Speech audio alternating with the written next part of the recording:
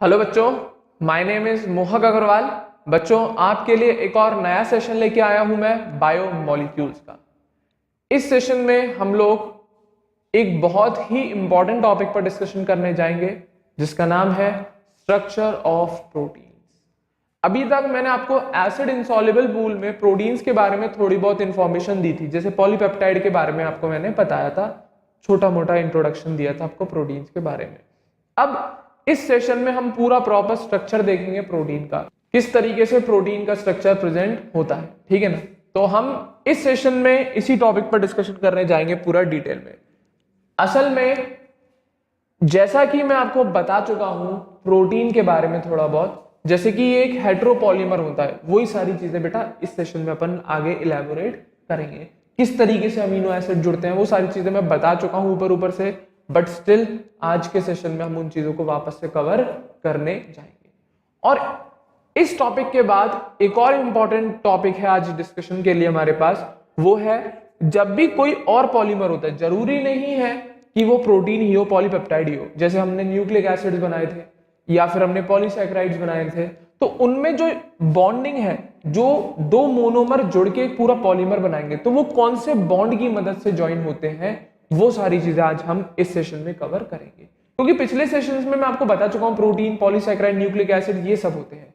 अब आपको यह भी पता लग गया अभी तक कि वो सब पॉलीमर है और कुछ ना कुछ मोनोमर यूनिट से मिलके बने हुए होते हैं। अब वो मोनोमर यूनिट किस बॉन्ड से लिंक होती है वो हम आज के ही सेशन में सीखने को मिलेगा। क्लियर है?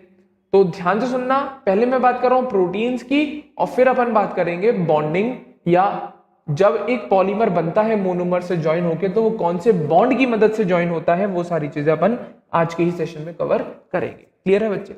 हाँ या ना? अब मैं बात कर रहा हूं प्रोटीन्स की, तो सबसे पहले प्रोटीन्स के बारे में ध्यान से सुनिएगा। उम्मीद करूंगा एनसीईआरटी आप लोगों ने निकाल ली होगी अभी तक, ठीक है। देखो प्रोटीन्स, जैसा कि हमें पता है कि वो एक हेटेरोपॉलीमर होता है बेटा, मतलब उसकी मोनोमेरिक यूनिट डिफरेंट होती है। ऐसा जरूरी नहीं होता कि सिमिलर टाइप का मोनोमर ज्वाइन होता जाए और एक चेन बन जाए पूरी। तो वही लिखा है, proteins as mentioned earlier are heteropolymer containing strings of amino acids. Definitely इसका मोनोमर बता दिया गया, अमीनो एसिड्स। तो प्रोटीन एक ऐसा हेटेरोपॉलीमर है जिसका बेसिक यूनिट है, जिसकी मोनोमर अमीनो एसिड्स होते हैं, और वो अमीनो एसिड सेम भी हो सकते हैं और डिफरेंट भी। जनरली डिफरेंट मान के चलते हैं क्योंकि आधे से ज्यादा प्रोटीन में अमीनो एसिड की चेन सेम अमीनो एसिड से मिलके नहीं बनी हुई होती, उसमें different different amino acids arranged होते हैं, और इसी वजह से प्रोटीन एक हेटेरोपॉलीमर कहलाया जाता है। क्लियर है? अब बात आती है इसके स्ट्रक्चर पर कि असल में ये अमीनो एसिड जब अरेंज होते हैं तो इनका स्ट्रक्चर कैसा दिखना चाहिए, तो वो समझ लेना। Structure of a molecule means different things in different context. Clear है? बट अब जब हम बात करेंगे स्ट्रक्चर की, तो बेटा तीन बेसिस पे आपको बताऊंगा। एक, इनऑर्गेनिक केमिस्ट्री के पॉइंट ऑफ व्यू से हम किसी मॉलिक्यूल का स्ट्रक्चर कैसे देखते हैं, एक ऑर्गेनिक के पॉइंट ऑफ व्यू से कैसे देखते हैं, और हम लोग जो टॉपिक पढ़ रहे हैं बायोलॉजी के अंदर, तो हम लोग किस तरीके से उस मॉलिक्यूलर फॉर्मूला को या उस मॉलिक्यूल के स्ट्रक्चर को किस परसेप्शन से या किस पॉइंट ऑफ व्यू से हम उसे चेक करेंगे। तो वही लिखा है, किसी भी जो मॉलिक्यूल का स्ट्रक्चर होता है वो बेटा डिफरेंट डिफरेंट उसके मतलब निकल के आते हैं अलग अलग कॉन्टेक्स्ट में। अगर हम चेक करें तो केमिस्ट्री के पॉइंट ऑफ व्यू से देखो तो हम स्ट्रक्चर किसी और चीज को बोलेंगे, बायोलॉजी के पॉइंट ऑफ व्यू से बोलोगे तो हम स्ट्रक्चर को किसी और तरीके से एक्सप्लेन करेंगे। तो वही बात है। तो सबसे पहले इन्होंने बताया और इनऑर्गेनिक केमिस्ट्री में, अगर हम इनऑर्गेनिक केमिस्ट्री मानते हैं इस टॉपिक को और केमिस्ट्री के अकॉर्डिंग, इनऑर्गेनिक केमिस्ट्री के अकॉर्डिंग अगर हेल्प करते हैं या कोशिश करते हैं स्ट्रक्चर के बारे में बताने की, तो हम क्या करते हैं, in inorganic chemistry the structure invariably refers to the molecular formula। inorganic chemistry अगर हम पढ़ते हैं या उसी के फील्ड के अकॉर्डिंग हम बात करें, तो जनरली अगर इनऑर्गेनिक केमिस्ट्री के पॉइंट ऑफ व्यू से देखें तो हम किसी मॉलिक्यूल के जो मॉलिक्यूलर फॉर्मूला है उसी को स्ट्रक्चर मानते हैं। आपसे बोले कोई जाके NaCl का स्ट्रक्चर बनाओ या NaCl कैसा मॉलिक्यूल है, NaCl का मॉलिक्यूल बनाओ, तो आप ऐसे तो लिखोगे इनऑर्गेनिक केमिस्ट्री के अकॉर्डिंग। आपसे बोले MgCl2 को बना के दिखाओ, तो आप ऐसे ही तो बनाओगे। ये थोड़ी कि एक Mg का आइटम दिखाओगे, क्लोरीन का आइटम दिखाओगे, फिर स्ट्रक्चर बना के दिखाओगे, नहीं, सिंपल है। इनऑर्गेनिक केमिस्ट्री पढ़ते हैं तो जनरली जो मॉलिक्यूल का फॉर्मूला होता है उसी को हम मॉलिक्यूल का स्ट्रक्चर मान लेते हैं, बट इनऑर्गेनिक केमिस्ट्री के कंटेक्स्ट में, ठीक है ना। तो वही लिखा है अगर हम इनऑर्गेनिक केमिस्ट्री के अकॉर्डिंग किसी भी मॉलिक्यूल का स्ट्रक्चर देखते हैं तो हम लोग जनरली उसके फॉर्मूले के बारे में ही बात कर रहे होते हैं। वहीं पे दूसरा, अगर हम ऑर्गेनिक केमिस्ट्री के हिसाब से देखते हैं तो सुनना जरा, organic chemistry always right a two dimensional view of the molecule while representing the structure of the molecule. जैसे कि बेंजीन, नैफ्थलीन वगैरह है, तो ये टू डायमेंशनल स्ट्रक्चर ही तो बनाते हैं हम लोग। जैसे बेंजीन का स्ट्रक्चर बना दिया, ये मैंने क्या किया, एटम्स को अरेंज करके एक पूरा मॉलिक्यूल बना दिया टू डायमेंशनल स्ट्रक्चर, जिसमें मैंने एटम्स दिखा दिए आपको डिफरेंट डिफरेंट तरीके के। तो इस तरीके से अगर हम रिप्रेजेंटेशन करते हैं 2D डायमेंशन में, एक 2D फिगर की तरीके से बना के बताते हैं, तो हम ये ऑर्गेनिक पॉइंट ऑफ व्यू से कंसेप्ट हो गए। तो वही लिखना है, organic chemistry always right a two dimensional view of the molecules, हमेशा 2D स्ट्रक्चर बना के देता है while representing the structure of the molecule। जब भी वो एक स्ट्रक्चर, ये केवल फॉर्मूला नहीं लिखेगा, हमें फॉर्मूला लिखना होता तो हम डायरेक्ट ये C6H6 लिख देते, बट ये इनऑर्गेनिक केमिस्ट्री के अकॉर्डिंग पॉइंट ऑफ व्यू है। बट ऑर्गेनिक में हम देखते हैं तो एक 2 डायमेंशनल स्ट्रक्चर बनाया जाता है किसी भी मॉलिक्यूल के स्ट्रक्चर को एक्सप्लेन करने के लिए, वहां पर केवल मॉलिक्यूलर फॉर्मूला काफी नहीं होता। वहीं पे अगर आप किसी फिजिसिस्ट से पूछेंगे, जो फिजिक्स के साइंटिस्ट वगैरह है बेटा, आप किसी फिजिसिस्ट से पूछेंगे तो वो क्या करेगा, physicist Kanjar up the 3 dimensional view of the molecular structure. Clear है? तो अगर किसी फिजिक्स वाले साइंटिस्ट से पूछेंगे, स्कॉलर से पूछेंगे बढ़िया से, तो वो आपको एक 3 डायमेंशनल व्यू बना के देगा। गाड़ी कैसे चलती है, 3 डायमेंशनल व्यू होता है, गाड़ी का स्ट्रक्चर देखोगे, कार, ठीक है, कोई भी सॉलिड चीज है, ये एलईडी बोर्ड है, ये 3 डायमेंशनल है। अभी आप लोगों को तो वीडियो में 2 डायमेंशनल दिख रहा है, बट इसके पास 3 डायमेंशन है, लेंथ, ब्रेथ और पीछे अगर विड्थ देखें हेड, इसकी पूरी हाइट के अकॉर्डिंग बात कर सकते हो। अगर आप इसे हाइट मान रहे हो, इसे विड्थ मान रहे हो, तो पीछे तरफ लेंथ मान लेना। क्लियर है?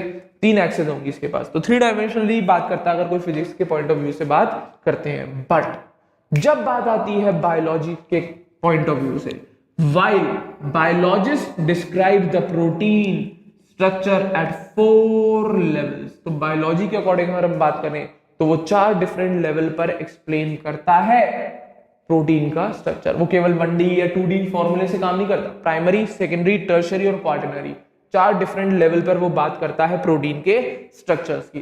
तो 4 लेवल पर बात, तो अभी तक पहले 1D में बात चल रही थी, फॉर्मूला लिख दिया, फिर 2D में बात आई, फिजिक्स के अकॉर्डिंग देखेंगे तो 3D में बात आई। अब बायोलॉजिस्ट तो भैया और ही ऊपर के होते हैं लोग, इनका जवाब नहीं होता, ठीक है, हाँ है ना, एक आध आप में से बन जाए शायद आगे जाके। तो वही चीज है, अगर हम बायोलॉजिस्ट के पॉइंट ऑफ व्यू से देखेंगे तो वो प्रोटीन्स को 4 डिफरेंट लेवल में कैटेगराइज करते हैं, एक प्राइमरी प्रोटीन, सेकेंडरी या primary structure, secondary structure, tertiary structure and at last quaternary structure. Clear है, हाँ या ना? तो ये बात होगा भैया, डिफरेंट डिफरेंट कंटेक्स्ट में डिफरेंट डिफरेंट मतलब होते हैं मॉलिक्यूल के स्ट्रक्चर का। तो प्रोटीन का स्ट्रक्चर हम बायोलॉजी के अकॉर्डिंग पढ़ेंगे, ना ही फिजिक्स, ना ही केमिस्ट्री, ना ही ऑर्गेनिक, ना ही इनऑर्गेनिक। क्लियर है? तो हमें बायोलॉजी के पॉइंट ऑफ व्यू से पढ़ना है तो डेफिनेटली हमें चारों लेवल देखनी पड़ेगी। तो चारों लेवल दिखा देता हूं। पहली प्राइमरी देखेंगे हम लोग, उसके बाद अपन बात करेंगे सेकेंडरी की, इसमें ये रही सेकेंडरी की, फिर हम बात करेंगे टर्शियरी की and at last we will discuss about quaternary structure. Clear है? तो ये 4 डिफरेंट लेवल है प्रोटीन के स्ट्रक्चर की। तो अपन बात कर रहे हैं प्राइमरी वाले से, ठीक है ना, ध्यान से सुनना। क्या सबसे पहला लेवल बता रहा हूं, प्राइमरी स्ट्रक्चर की बात। अब ये होता कैसा है, दिखता कैसा है, तो बहुत सिंपल है, कुछ नहीं, एक थ्रेड बनाना है आपको, लंबा सा एक लंबी सी थ्रेड बनानी है अमीनो एसिड्स की। तो सुनना जरा, क्या प्राइमरी स्ट्रक्चर होता क्या है? The sequence of amino acid that is the positional information in a protein. तो अगर हमें किसी प्रोटीन में एक पूरा सीक्वेंस पता लग जाए अमीनो एसिड का, तो वही कंसेप्ट है, तो वही लिखा है the sequence of amino acids that is, इसका मतलब क्या है, the positional information in a protein which is the first amino acid and which is second and so on is called the primary structure। तो जब भी आपको किसी protein के अंदर, जैसे कोई अमीनो एसिड A1 है, फिर दूसरा अमीनो एसिड A2 है, तीसरा अमीनो एसिड A3 है, चौथा अमीनो एसिड A4 है, ये मान लो ये पूरा एक प्रोटीन का स्ट्रक्चर है। ये पूरा कौन है? प्रोटीन है। कौन है? पूरा एक पूरा का पूरा एक प्रोटीन है। तो अगर इस प्रोटीन के अंदर हमें यह पता लग जाए पहला कौन सा अमीनो एसिड है, दूसरा कौन सा है, तीसरा कौन सा है, पूरा एक सीक्वेंशियल अरेंजमेंट पता लग जाए, तो इस टाइप के स्ट्रक्चर को हम कहते हैं प्राइमरी स्ट्रक्चर ऑफ प्रोटीन। तो वही लिखा है the sequence of amino acid का मतलब क्या है? The positional information in a protein, जो उस अमीनो एसिड की उस प्रोटीन के अंदर कहां पर जगह है वो पता लग जाए। क्लियर है कि कौन सा पहला है, कौन सा दूसरा और कौन सा आखिरी है। तो इस पूरे अरेंजमेंट, इस पूरे सीक्वेंस को हम क्या कहते हैं, primary structure of a protein. तो एक पूरा थ्रेड है प्रोटीन का जिसमें हमें ये पता लग जाए कौन सा पहला अमीनो एसिड है, कौन सा दूसरा और कौन सा आखिरी अमीनो एसिड है। तो उस स्ट्रक्चर को हम बोलते हैं प्राइमरी स्ट्रक्चर ऑफ प्रोटीन, जो कि ये बन रहा, ये रहा, ये प्राइमरी स्ट्रक्चर है पूरा प्रोटीन का। एक थ्रेड है पूरा लंबा सा, एक स्टार्टिंग एंड, एक एंड का एंड, ठीक है ना। तो पहला अमीनो एसिड ये रहा, तो नाम दे दिया, एक को n मान लिया, उधर n+1 बोल दिया, नहीं n-1 n-2 कह दिया। तो पहला, दूसरा, तीसरा, चौथा, ऐसे भी कर सकते हो, बट इसने एक अमीनो एसिड मान लिया n, उसके आगे n+1 n+2 n+3 n+4 ऐसे चलेगा, इसके पीछे n-1 n-2 n-3, एक पूरा सीक्वेंशियल अरेंजमेंट हमें पता लग जाए किसी प्रोटीन के अंदर उसके अमीनो एसिड्स का, तो वो पूरा प्रॉपर अरेंजमेंट, एक thread like structure is a primary structure of a protein. That's it, clear है। अब ये लिंकेज का ऐसे बता चुका हूं, पेप्टाइड लिंकेज होती है। क्या होती है बेटा, तो लिखा हुआ primary structure of a protein of a hypothetical protein N and C refers to the two terminals of every protein. हर प्रोटीन के बेटा दो टर्मिनल होते हैं, एक N और एक C। N होता है स्टार्टिंग वाला और C होता है एंडिंग वाला, क्लियर है, हाँ या ना। N और C टर्मिनल होते हैं। तो आगे सुनना, single letter codes and 3 letter abbreviation for amino acid are also indicated. तो इस स्ट्रक्चर में सिंगल लेटर कोड, ये कौन है, पहला amino acid serine, cysteine, tyrosine and glutamic acid, इनके लिए सिंगल कोड वर्ड यूज भी कर रहे हैं और 3 लेटर एब्रिविएशन भी यूज कर रखा गया है, ठीक है ना। तो कुछ नहीं, अमीनो एसिड्स हैं, आपको जनरल एक फॉर्मूला बता दूं कोई अमीनो एसिड का, पता होगा आप लोगों को, तो वैसे होशियार बच्चे हैं। ये देखिएगा, ये एक जनरल अमीनो एसिड का फॉर्मूला है, ठीक है, NH2 बना देते हैं यहाँ पर। तो यही है, इधर से दूसरा अमीनो एसिड के साथ लिंकेज हो जाएगी। कौन सी लिंकेज होती है, पेप्टाइड लिंकेज, COOH और NH ग्रुप के बीच में, COOH NH। जैसे मान लो ये रहा एक अमीनो एसिड है, इसको मैंने मान लिया R, इसको मान लिया COOH, ठीक है, इसको मान लिया H, इधर मान लिया NH2, ठीक है। मान लो सेकेंडरी रिएक्ट करा रहा, एक अमीनो एसिड ये रहा C, यहाँ पे मान लिया R', यहाँ पे मान लिया NH। इसको ढंग से बना दो जिससे बन जाए आसानी से, आपको समझ में आ जाए। अब सही है, इसको मान लिया R', इसको मान लिया COOH और इसको मान लिया नीचे H। तो यहाँ पर ये दो अमीनो एसिड है A1 और ये दूसरा अमीनो एसिड A2, इन दोनों के एक का COOH दूसरे का NH2। तो COOH से तो OH आएगा, NH2 से H आएगा, हटेगा, ये दोनों लिंक हो जाएंगे। कैसे लिंक हो जाएंगे, ये वाला बॉन्ड बन जाएगा। जब OH इधर से आएगा, H इधर से आएगा, तो यहाँ पर जो बॉन्डिंग लिखेगी, तो इस बॉन्ड को इस कार्बन से, उधर जो दिखाऊंगा ये कुछ इस टाइप की लिंकेज हो जाएगी, CONH लिंकेज, ठीक है। ये वाला बॉन्ड इससे जोड़ दियो, ये वाला बॉन्ड इससे जोड़ दियो, ठीक है, इस वाले कार्बन से, तो ये लिंकेज हो जाएगी, ये वाटर हटेगा और ये लिंकेज हो जाएगी। इसको कहते हैं हम लोग पेप्टाइड लिंकेज। क्या कहते हैं बेटा, पेप्टाइड लिंकेज, ये होती है पेप्टाइड लिंकेज, याद रखेंगे आप लोग, ठीक है ना। तो ये कंडीशन है, इस तरीके से सारे अमीनो एसिड ज्वाइन हो जाते हैं। तो मेरे ख्याल से स्टार्टिंग का अगर मैं ऐसे मान लो दो ही अमीनो एसिड का चेन मान लो, तो पहले वाले अमीनो एसिड का कौन सा टर्मिनल दिख रहा है तुम्हें, N, लास्ट वाले का कौन सा टर्मिनल दिख रहा है, C। तो सबसे पहले अमीनो एसिड का जहां पर N टर्मिनल होता है वहां पर सबसे पहला अमीनो एसिड बैठा होता है, और जो C टर्मिनल होता है वहां पर सबसे आखिरी अमीनो एसिड बैठा हुआ होता है। ये है प्राइमरी स्ट्रक्चर ऑफ प्रोटीन। आगे सुन लेना फिर भी, a protein is imagined as a line. अब उसी प्राइमरी स्ट्रक्चर के बारे में बात बोल रहा हूं मैं, सब कुछ बता दिया वैसे तो मैंने।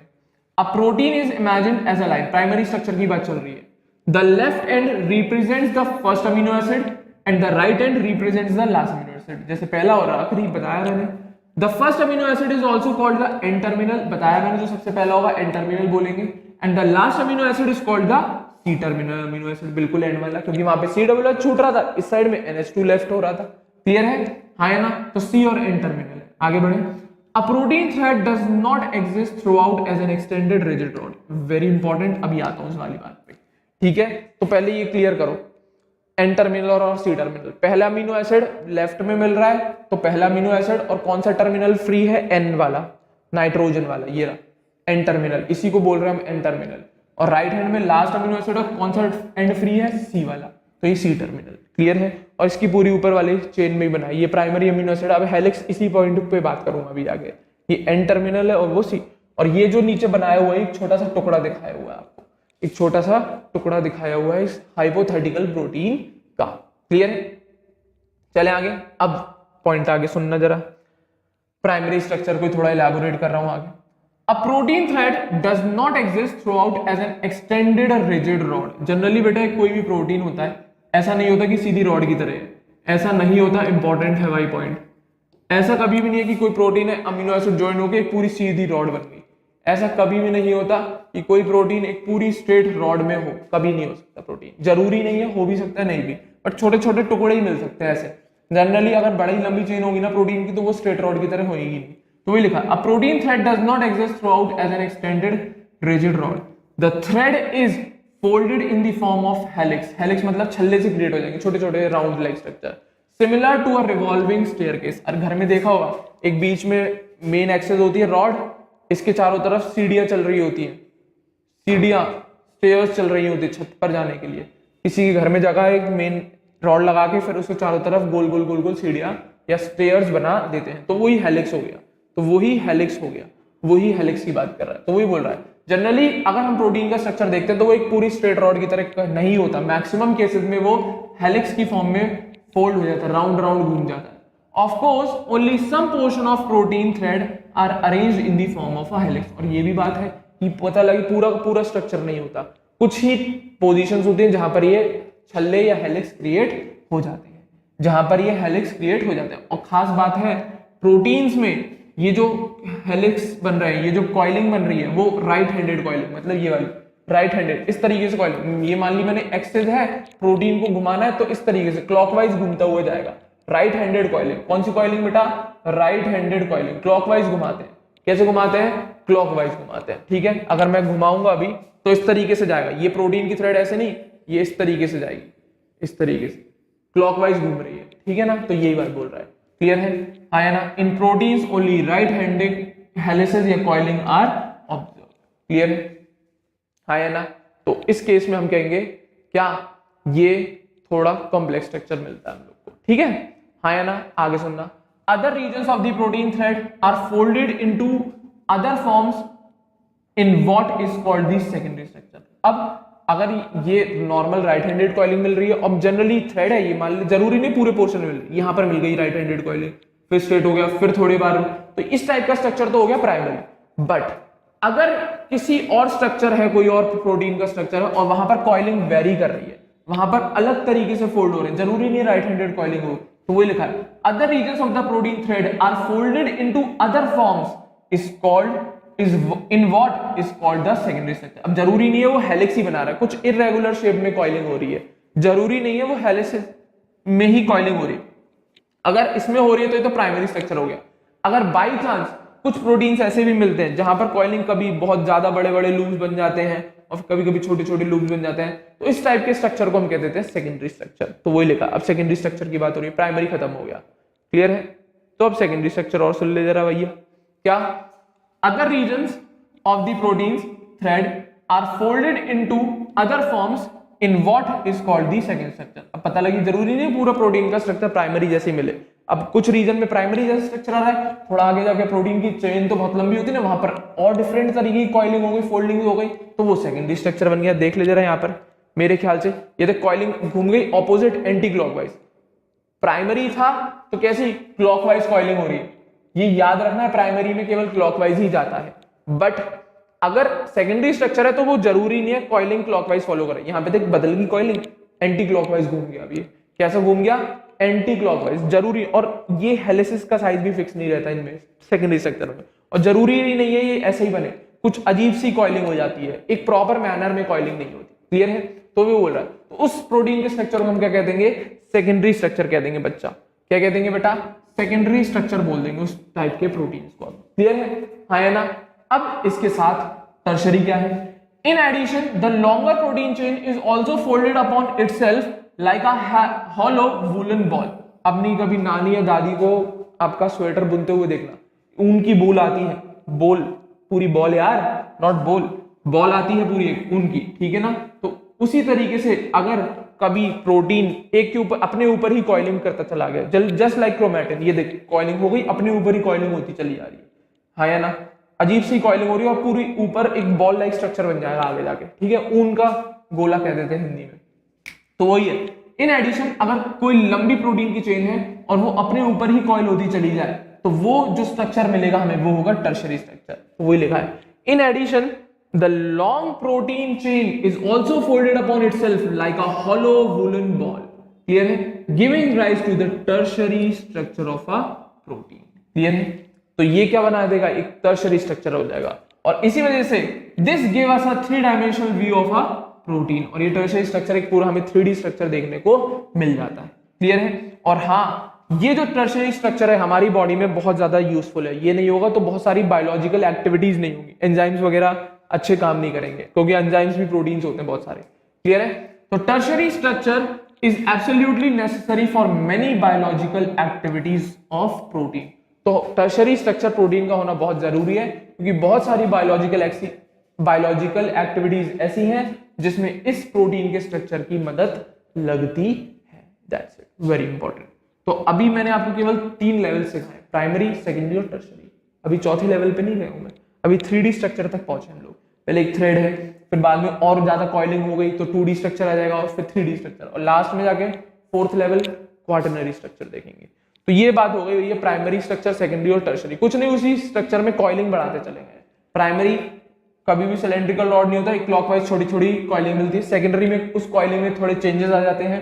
टर्शरी में वो पूरा का प्रोटीन अपने ऊपर ही कॉइल होकर एक वूलन बॉल जैसा दिख जाता है। और क्वाटरनरी की बात अभी हम करेंगे, क्लियर है। तो उम्मीद करूंगा सेकेंडरी और टर्शरी स्ट्रक्चर समझ में आ गए होंगे प्राइमरी के साथ साथ। लिंकेज कौन सी होती है अमीनो एसिड में, पेप्टाइड लिंकेज, वो सब बता दिया मैंने।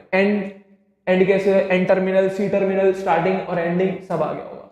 इतनी उम्मीद रख रहा हूं, ध्यान से सुना होगा, ठीक है। अब क्वाटरनरी की बात और सुन ले। क्वाटरनरी यहाँ पे बना नहीं रखा, केमिस्ट्री की बुक्स में बहुत अच्छे से बनाया हुआ है, बट स्टिल मैं बता दूंगा आपको, ठीक है ना। तो सुनना जरा। Some proteins are an assembly of more than 1 polypeptide chain और सब यूनिट। अब इसमें एक नया खेल आ गया। अभी तक हम केवल एक ही प्रोटीन की चेन लेके चल रहे थे, बट क्वाटरनरी स्ट्रक्चर में एक से ज्यादा प्रोटीन की चेन आ जाती है, क्लियर है। जैसे मान लो ये प्रोटीन की एक चेन आ गई, पूरी कॉइलिंग होती जा रही है, मान लो, ठीक है। इसी के साथ साथ छोटी छोटी और भी सब यूनिट आ जाती हैं, और इसके पैरेलली ही चलती हैं, इसके पैरेलली ही चल रही होती है। तो इस टाइप का एक नेटवर्क, एक जाल जैसा स्ट्रक्चर बन जाता है। कभी 2 होती हैं, कभी 3 हो जाती हैं, कभी 3 हो जाती हैं। इस स्ट्रक्चर को अब समझ में आप कह रहे हो सर ये तो चीटापोदी कर दिया आपने, बिल्कुल वही करी है। उसी टाइप का एक ऐसा लगता है जाल सा, नेटवर्क जैसा स्ट्रक्चर बन जाता है। तो वही लिखा है, कुछ नहीं, वही कंसेप्ट है। Some proteins are an assembly of more than 1 polypeptide chain. ये सब यूनिट पॉलीपेप्टाइड चेन, एक रेड है, एक ब्लू है, एक ग्रीन है। 2 से ज्यादा हो गई कि नहीं होगी, 2 या 2 से ज्यादा।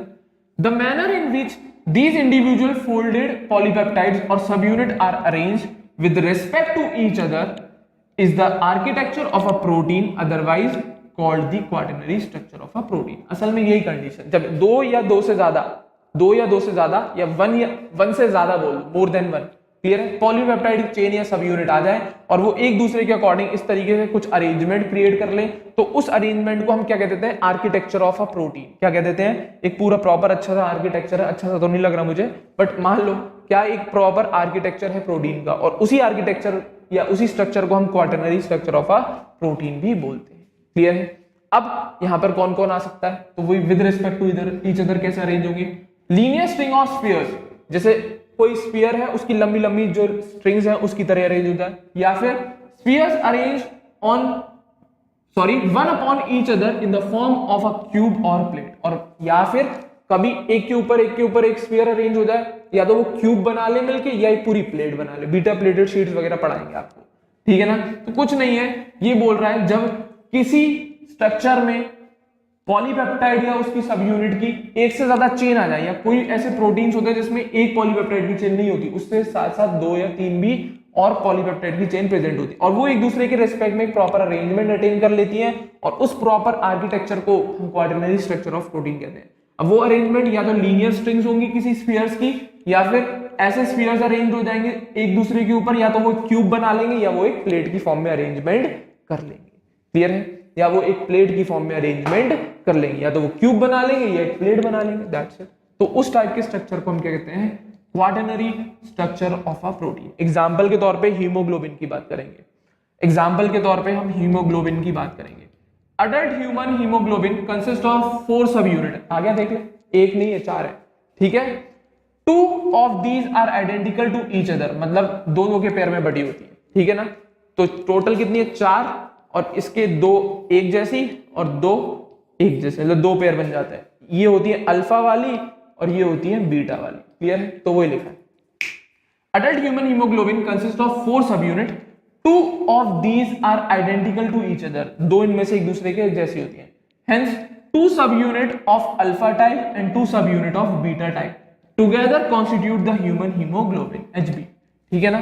तो असल में इसकी 4 सब यूनिट होती है, उनमें से 2 अल्फा होती है और 2 बीटा होती है। जो ऑक्सीजन कैरिंग जो एजेंट है भाई हमारी बॉडी में, ब्लड में, ठीक है, हीमोग्लोबिन, इसी वजह से तो हम लोग जिंदा है। ये तो ऑक्सीजन कैरी करता है और ये CO2 भी कैरी करता है। क्लियर है? तो इसके मान लो, ये मान लिया मैंने HB हीमोग्लोबिन, 2 अल्फा स्ट्रिंग निकाल दी इसके मैंने और 2 बीटा निकाल दी। तो ये 4 सब यूनिट होती है इसकी, 2 अल्फा और 2 बीटा। क्लियर है? ऐसे मान लो। ठीक है? तो ये भैया 4 लेवल स्ट्रक्चर है प्रोटीन्स के। तो चारों लेवल पर मैंने आपको स्ट्रक्चर बता दिए किसका? प्रोटीन का। प्राइमरी कैसा है, सेकेंडरी कैसा है, टर्शरी कैसा है और क्वार्टनरी कैसा है। उम्मीद करूंगा ये तो बहुत बेसिक साइज है। एन टर्मिनल, सी टर्मिनल, सारी बातें आपको क्लियर होंगी। तो ये कंप्लीट होता है भैया स्ट्रक्चर ऑफ प्रोटीन। ठीक है ना? अब इस सेशन को मैं यहीं पर एंड कर रहा हूं, क्योंकि बेटा ये जो अगला टॉपिक है ये थोड़ा लेंथी टॉपिक है। मुझे सारे पॉइंट्स इसमें अलग अलग से बॉन्डिंग वगैरह आपको सिखानी पड़ेगी। अगर मैं इसी सेशन में इंक्लूड करता हूं, ये सेशन कुछ ज्यादा ही लंबा चला जाएगा। तो मैं इंपॉर्टेंट टॉपिक है इसलिए इसमें मर्ज नहीं करना चाहता हूँ। स्टार्टिंग मुझे लगा था कम टाइम में ये पूरा हो जाएगा, बट कोई बात नहीं, अपन हर टॉपिक को पूरा डिटेल में डिस्कस कर रहे हैं। तो इस टॉपिक को अपन लोग अगले सेशन में ही पढ़ेंगे। छोटा मोटा इंट्रोडक्शन तो दे ही देता हूं मैं आपको, थोड़ा बहुत बता देता हूं। ठीक है ना? बॉन्डिंग कौन कौन सी मिलेंगी, क्या क्या मिलेंगी। तो हमें 3 टाइप के बॉन्ड्स पढ़ने हैं। एक तो हम पढ़ेंगे प्रोटीन्स में। किसमें पढ़ेंगे? प्रोटीन्स में। प्रोटीन्स में मिलने वाला बॉन्ड होता है बेटा पेप्टाइड बॉन्ड। कौन सा? पेप्टाइड बॉन्ड देखने को मिलेगा। ठीक है ना? कौन सा बॉन्ड देखने को मिलेगा बेटा? पेप्टाइड। इसी को ही पॉलीपेप्टाइड इसीलिए नाम दिया गया। अब पॉलीसैकेराइड में, किसमें? पॉलीसैकेराइड में बेटा। किसमें? पॉलीसैकेराइड।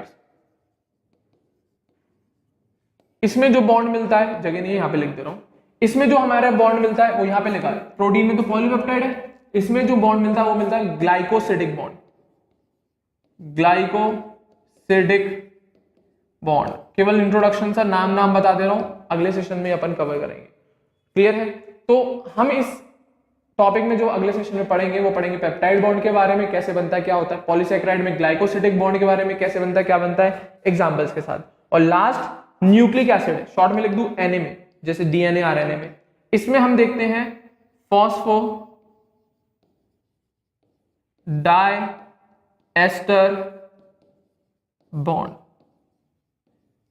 फॉस्फोडाइएस्टर्स बॉन्ड, क्या पूरा एक नाम? Phosphodiester bond. इस टाइप की बॉन्डिंग हम लोग देखेंगे अगले सेशन में। क्लियर है?